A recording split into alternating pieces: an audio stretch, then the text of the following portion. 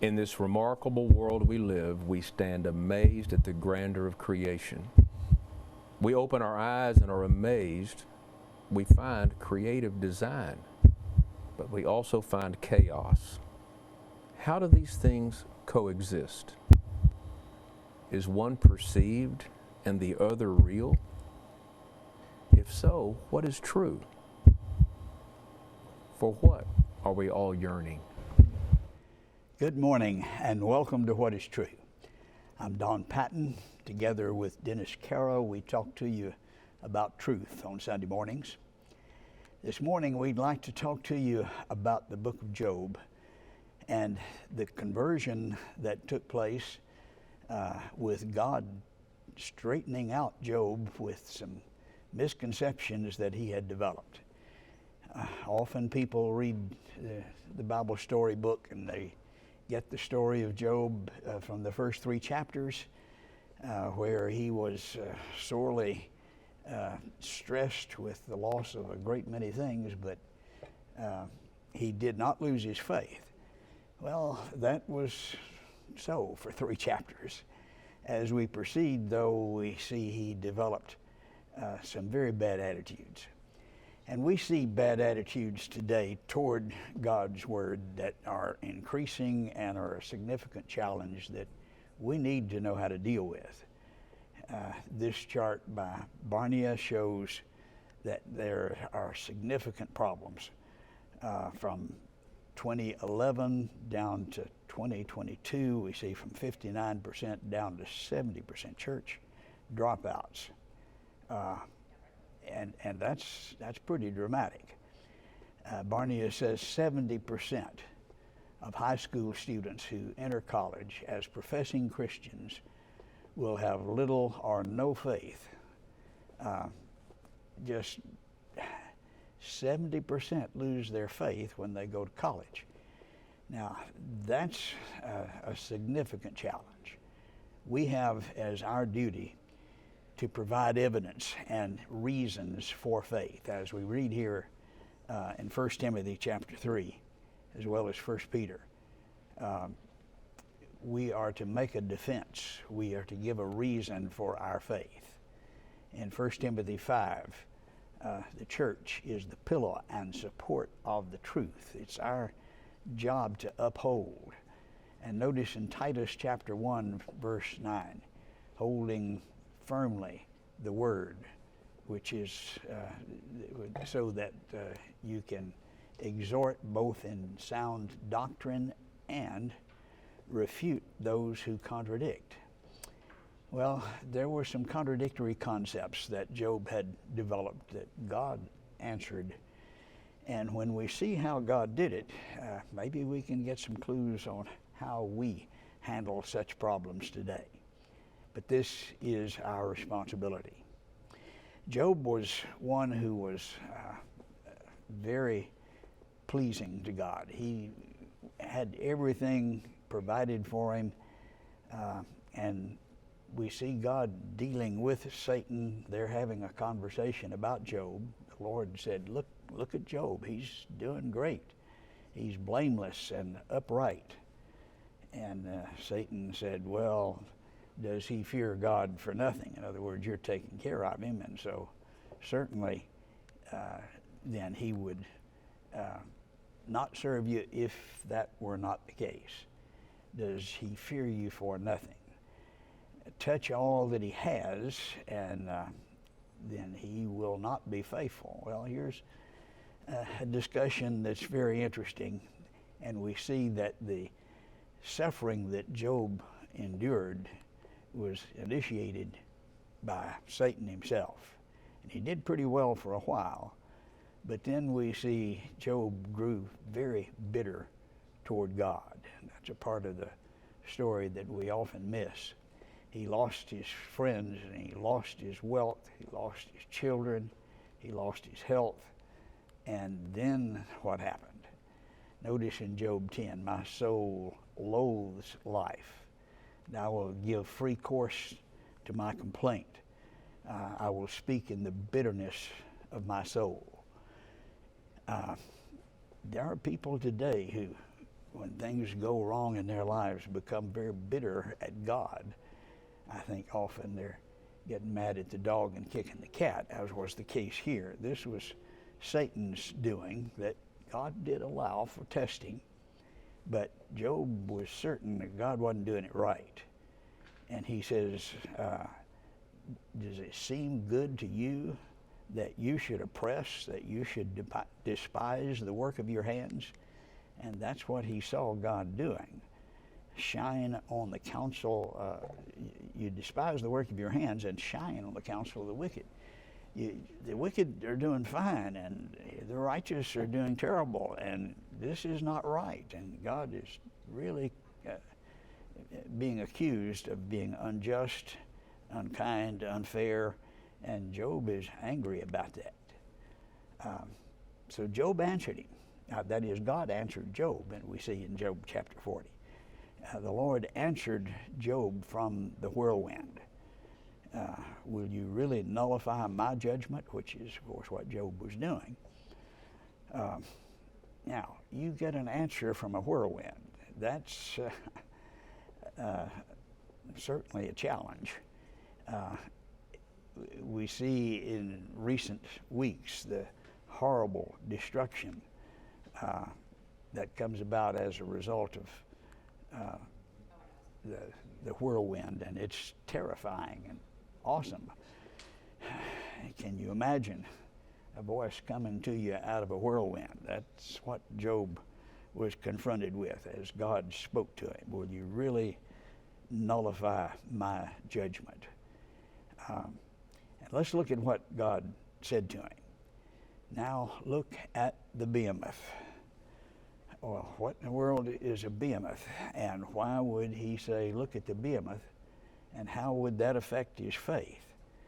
Well, God's answer was, you look at what I have created and understand that awesome creature, and understand you're not going to argue with the whirlwind, you're not going to argue with the behemoth or his creator. It's completely unreasonable, irrational for you to conduct yourself in that manner. He goes on to say, behemoth is the one I made along with you.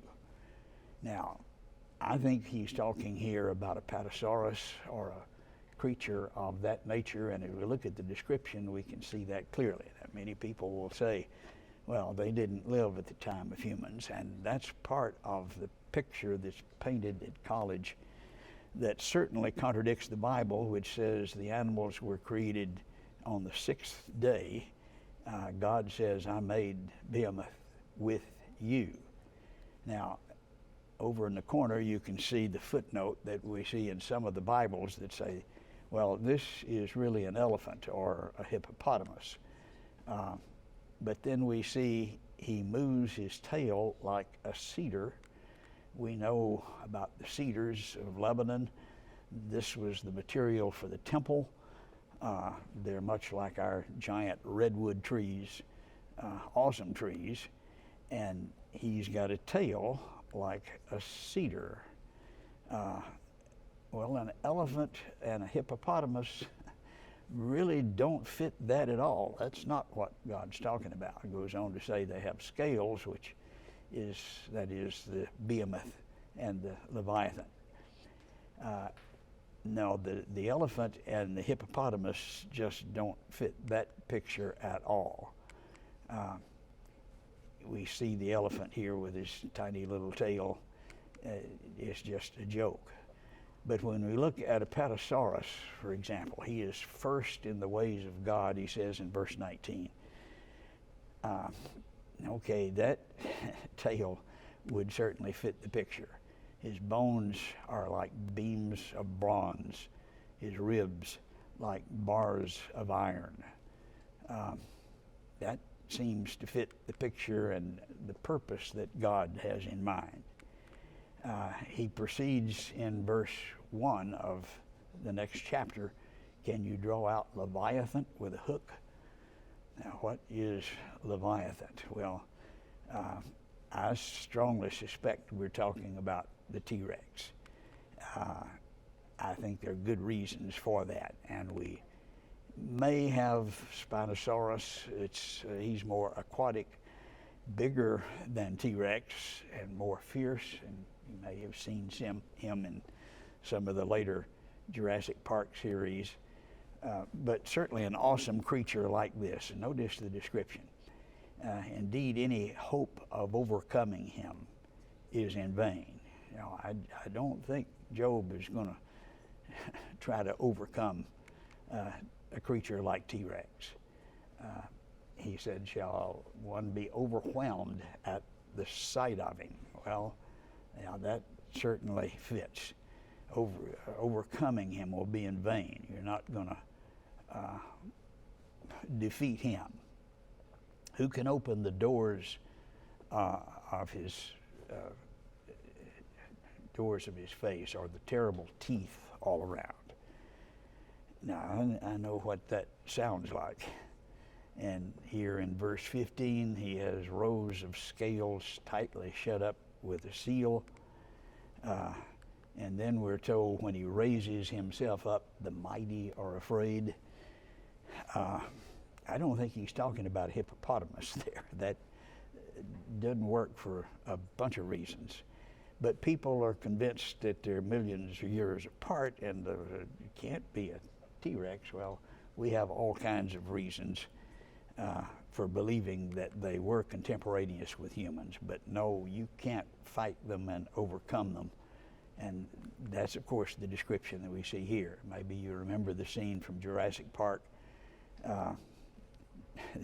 The character here is not going to turn around and fight or argue with the T-Rex at all.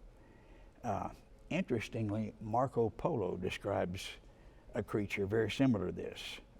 He's 10 paces in length. That would be about 50 feet.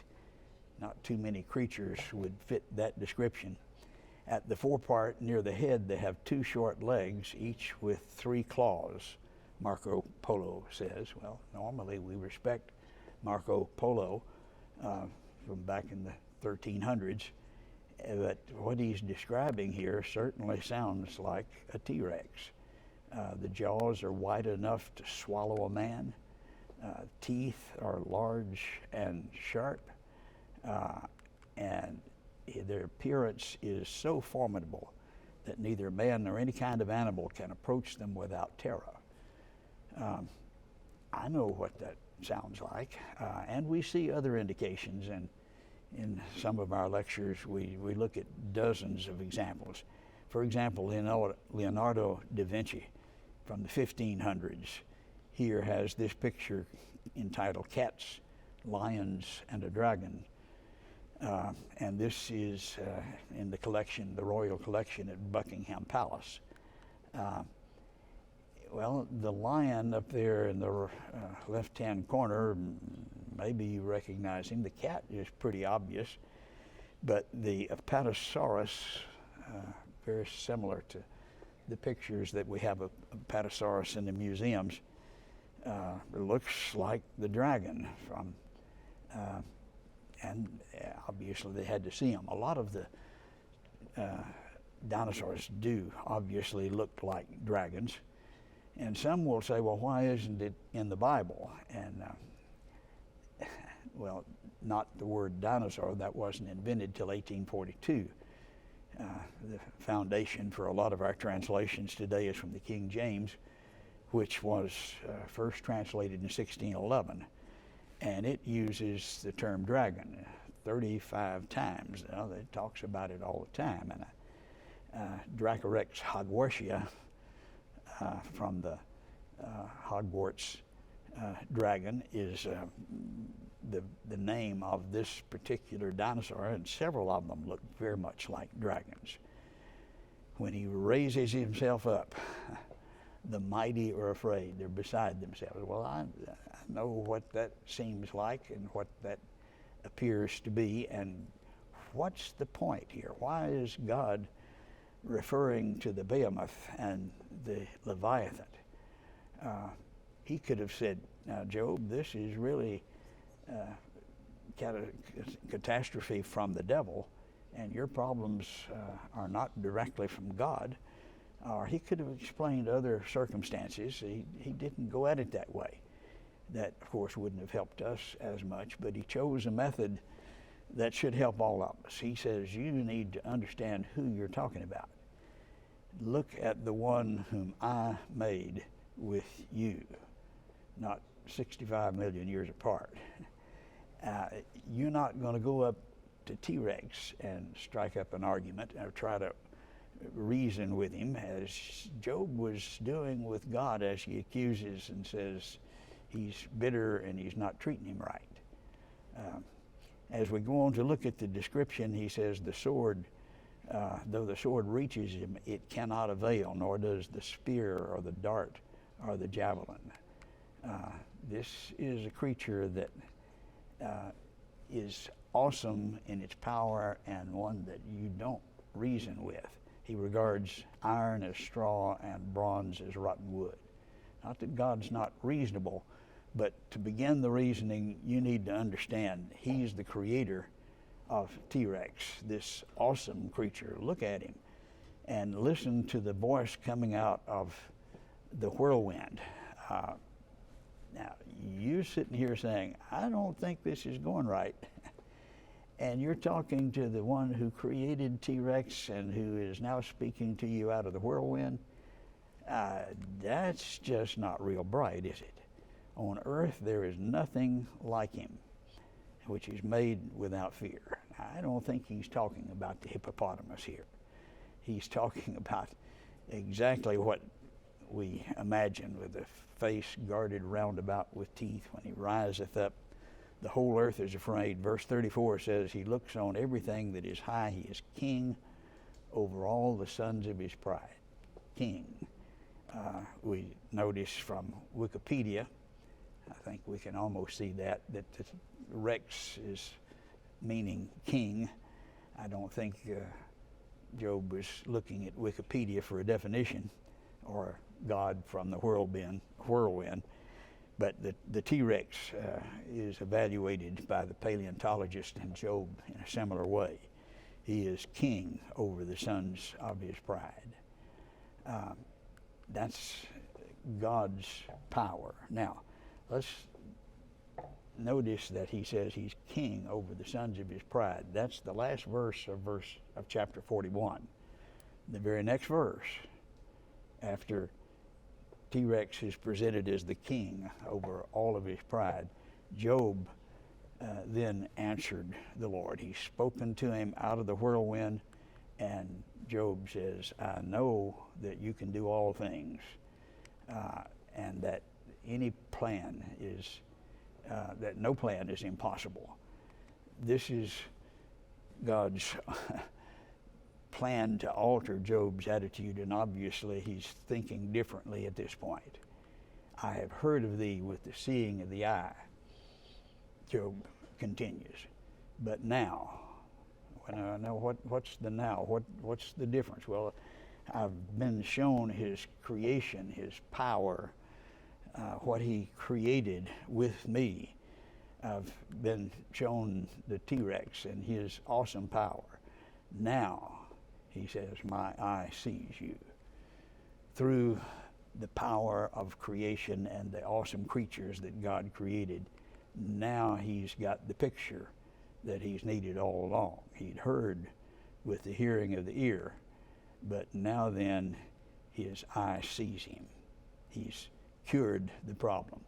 If we look, for example, at the Perot Museum in Dallas, this is claiming to be the world's largest dinosaur collection. We've got the kids sitting there just eating this up, and this is something that intrigues and draws their attention. Everybody, especially the youngsters, are intrigued with that, and they are sold evolution in connection with this, and the dinosaurs are used to make the point. But if they are contemporaneous with humans, then that picture goes out the window, doesn't it? I think we need to take the dinosaurs back. I think they belong to us, and God was using the dinosaurs as that power to convert Job from his misconceptions, from his bitterness about God. And when you understand who God is, then that's not a very good idea. We look here at the geologic column, which tells us that man and dinosaur were separated by at least 65 million years, generally 100 million.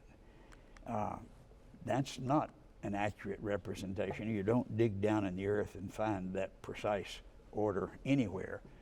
But when you look around the world, you see obvious inconsistencies. You see humans stepping in the tracks of dinosaurs in Texas. You see dinosaurs on the walls of castles in France. You see human bones, very modern human bones, buried in the same layer with that. Now, they're not going to tell you this in the textbook, but I can show you the pictures. I helped excavate them. We see Arthur Strassner here, who is a professor of geoscience at Columbia, who acknowledges the implications. Maybe you can see that.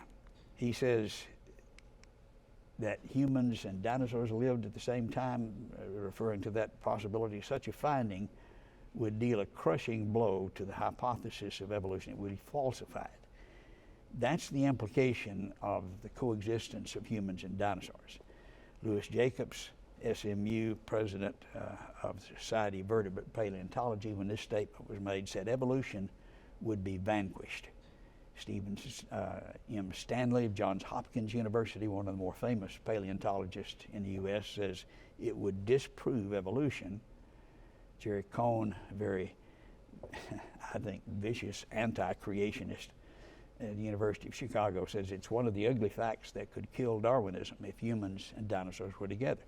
That's what it means. Well, we have all kinds of evidence for that. We've summarized it with a summary slide from about an hour lecture.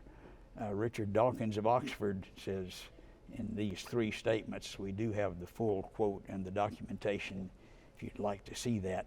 Evolution would be utterly destroyed, it would be disproved, it would blow the theory of evolution out of the water.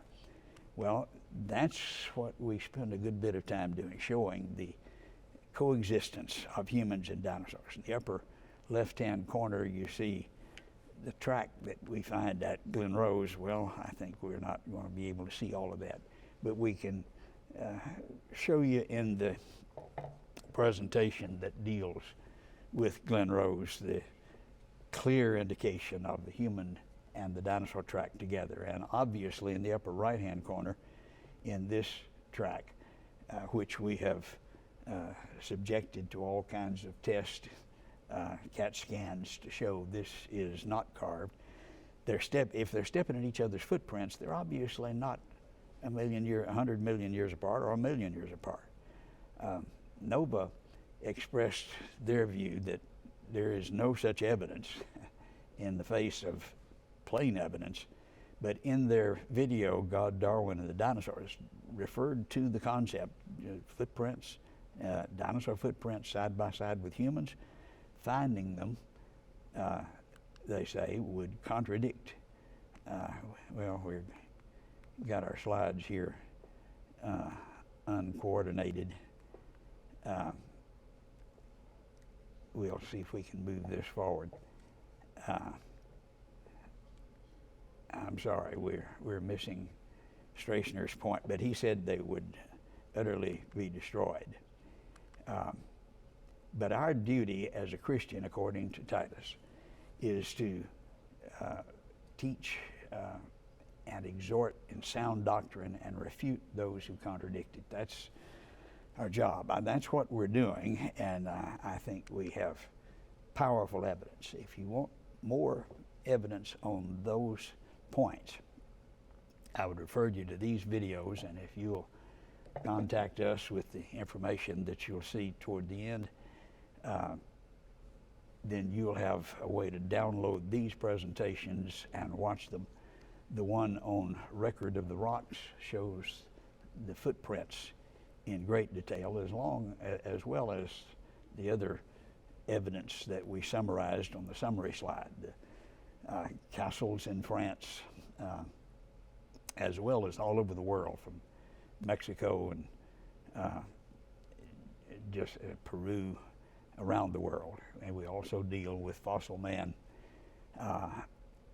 and look at the evidence. When you do watch the presentation of the evidence, I think you'll see clearly.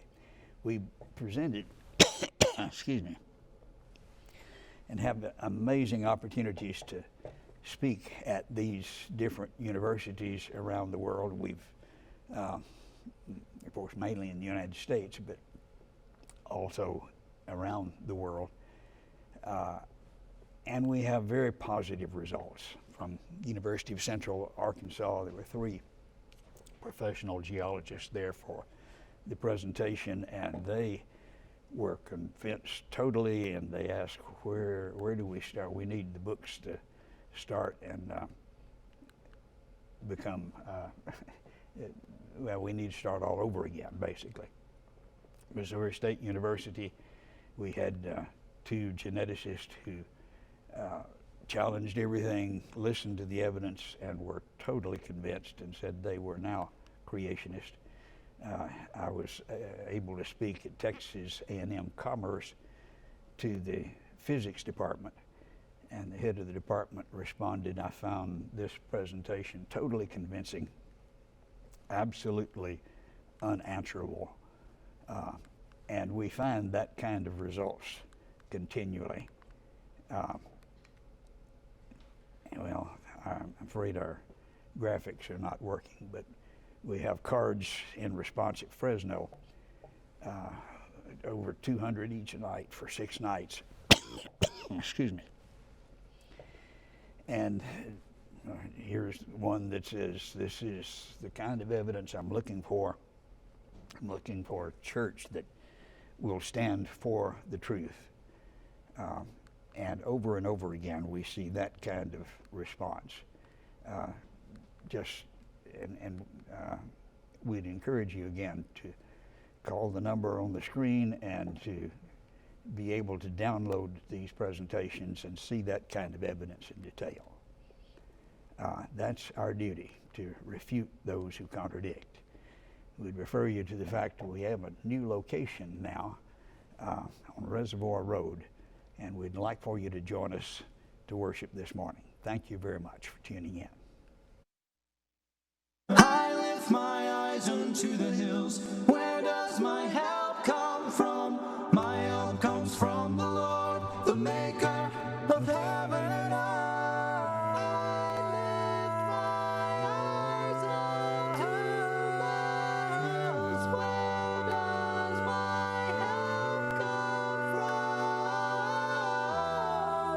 I'll praise you in this storm, and I will lift my hands. You are who you are, no matter where I am, and every tear I've cried, you hold in your hand.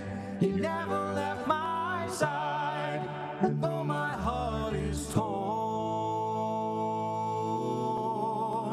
I will praise you in this storm.